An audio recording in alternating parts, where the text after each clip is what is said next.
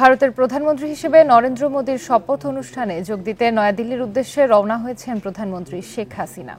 সকাল 10:30টার দিকে শাহজালাল আন্তর্জাতিক বিমানবন্দর থেকে রওনা হন তিনি।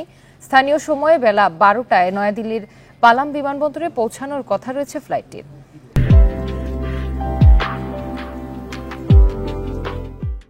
রোববার নরেন্দ্র মোদীর শপথ শেষে দুই প্রধানমন্ত্রীর একান্ত বৈঠকে বসার কথা রয়েছে। পরে ভারতের রাষ্ট্রপতি দ্রৌপদী মুর্মুর আয়োজিত নৈশভোজে অংশ নেবেন শেখ হাসিনা। এছাড়া এ সফরে নানা দাপ্তরিক কাজ ও রাষ্ট্রীয় কর্মসূচিতে অংশ নেবেন তিনি। এর আগে বুধবার টেলিফোনে আলাপের সময় তার সরকারের শপথ অনুষ্ঠানে যোগ দিতে শেখ হাসিনাকে আমন্ত্রণ জানান নরেন্দ্র মোদী। সে আমন্ত্রণ গ্রহণ করেই দিল্লি যাচ্ছেন তিনি।